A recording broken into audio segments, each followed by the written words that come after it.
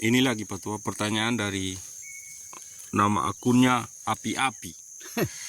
Jadi dia bertanya doa bagaimana masuk di lapangan pertandingan supaya menang.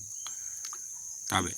Kalau untuk aku doa itu cukup balah di dalam hati ya. Karena tidak mungkin ya orang Kristen umpama ini ya membaca Bismillahirrahmanirrahim. Hanya bagaimana niat dalam hati itu doa dalam hati cukup. Tapi yang penting lakukan latihan dengan baik. Bola-bola liar bisa jinak denganmu ya. Satu contoh yang akan ku kemukakan. Maradona terkenal di seluruh dunia dapat menjinakkan bola-bola liar. Karena apa? Dia cukup melatih dirinya bagaimana bola liar bisa jinak dengannya. Jadi pencetak gol yang terindah di dunia ini barangkali sudah Maradona itu. Karena bola tidak pernah tajam masuk ke mulut gawang lawan. Dengan pelan saja, yang penting sudah lewat garis putih. Meloncat lagi Maradona, mencetak gol yang berarti indah. Intinya latihan. Latihan. Ya. Oke. Semua pemain-pemain bola itu dilatih dulu, tidak ada hanya doa-doa itu. Ya. Oke, siap. Patua, ini pertanyaan lagi dari hamba Allah ini. Kalau takdirnya seseorang sudah ditentukan oleh Allah, apakah dia masuk surga atau masuk neraka?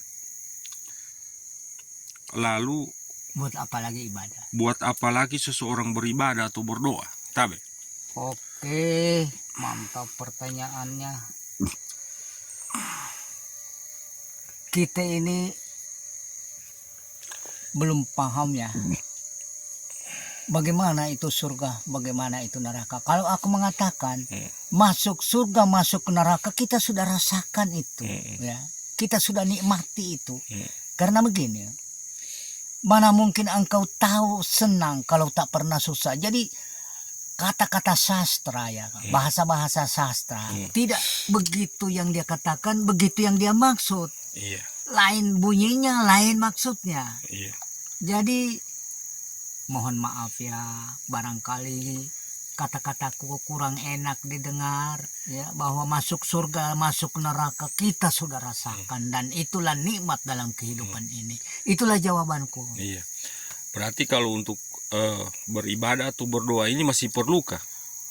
Itu kan perintahnya, perlu ya, perlu. Oke. Pertanyaan dari Lutfi. Itu nama akunnya Patua. Iblis itu sebelum dilaknat dia adalah imamnya para malaikat. Malaikat diciptakan dari cahaya sedangkan iblis diciptakan dari api. Kenapa bisa berbeda? Adanya cahaya di bumi ini berasal dari api. Tolong penjelasannya Pak Tua. Tabe. Baik. Inilah sandiwaranya Tuhan. Wa idh qulna lil malaikati isjudu li Adam fasajadu illa iblis aba wastakbara wa kana minal kafirin. Wah. Bayangkan ya. Iblis tidak mau tunduk ya. Disuruh sujud kepada Adam. Ya. Lalu divonislah dia kafir. Nah, kalau tidak ada kafir, maka Islam juga tidak ada.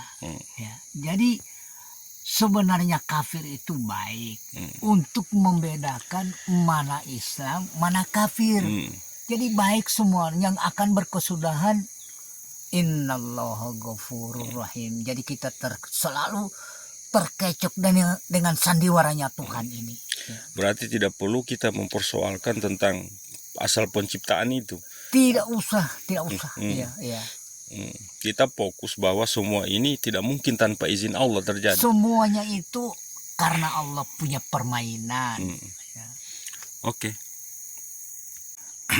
Maksud Patua atau arti yang sebenarnya dari fana itu seperti apa?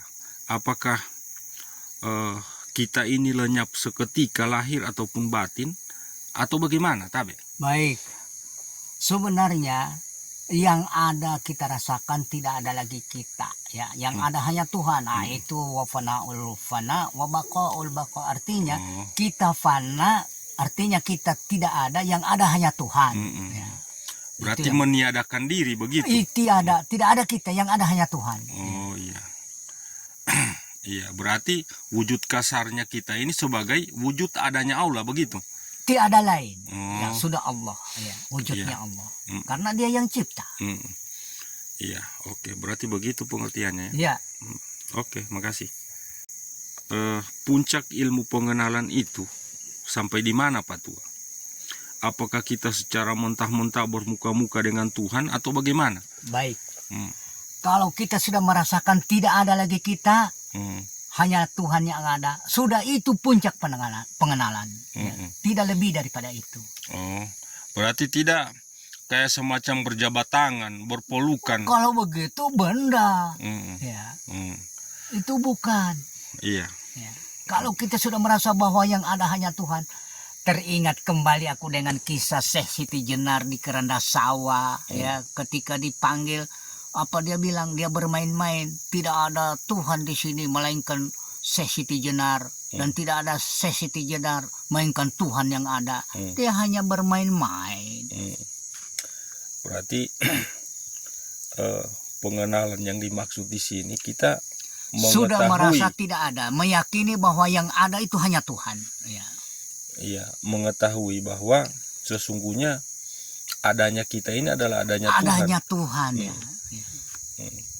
Dan itulah wujudnya. Iya, itulah cara Tuhan untuk memperkenalkan dirinya. Iya, karena Ia gaib. Kalau gaib semata-mata, mana ada dikenal. Dan tidak ada yang mengenal dirinya selain dirinya sendiri. Selain Dia, karena hanya Ia yang berilmu. Oke. Dari Lauje Sangir, ini nama akunnya. Assalamualaikum. Pengenalan diri dalam sholat itu seperti apa? Dan sholat itu ditujukan untuk siapa? Dan persembahan untuk siapa? Mohon penjelasan, Tabe. Baik. Pertanyaannya mantap. Aku teringat dengan kata-kata Abu Yazid Bustami. Al-abidu wal ma'bud wahid. Penyembah dan yang disembah adalah satu. Mari kita lakukan kajian baik-baik di kalimat Iyyaka na'budu wa iyyaka nasta'in. Engkaulah yang kami sembah, Engkau pula lah kami minta pertolongan. Berarti di sini ada yang rendah dan ada yang tinggi. Jadi yang rendah ini menyembah kepada yang tinggi. Yang sesungguhnya Ia sendiri yang menyembah Ia sendiri, karena rendah itu bagian dari yang tinggi. Ya, sudah jelas. Ya, jadi tidak ada yang menyembah Tuhan kecuali Ia sendiri. So kalau ada yang menyembah lain dari Dia, wah, luar adanya, dan kita jauh-jauh dari Tuhan. Ya. Berarti dari Allah kembali kepada Allah. Iya. Karena gitu tidak ada yang menyanjung Dia. Iya. Selain Ia sendiri, karena tenaganya sendiri, katanya sendiri. Jadi semua ilmunya oke. habis.